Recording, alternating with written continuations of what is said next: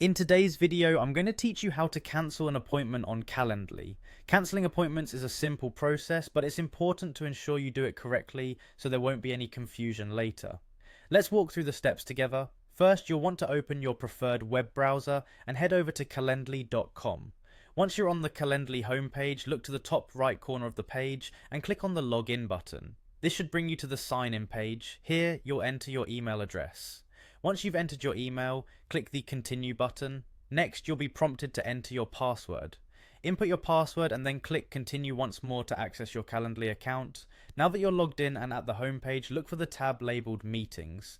This is the section where you can find your scheduled events. Click on it to view your list of meetings. You'll see different tabs like upcoming, where all future appointments are listed. This is where you'll find the meeting you wish to cancel. Scroll through the list of upcoming meetings and carefully select the appointment you need to cancel.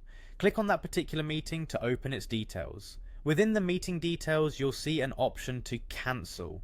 Click on this. At this point, Calendly provides you with an option to add a reason for the cancellation. While it's optional, including a reason can be helpful for the person you're meeting with. It adds a personal touch and maintains clarity and professionalism.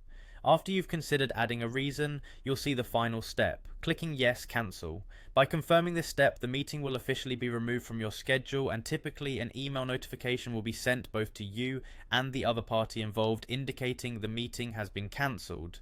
And that's it, you've successfully cancelled an appointment on Calendly. Keep in mind that if you're cancelling an appointment too close to the scheduled time, it's always courteous to follow up with a personal message or email.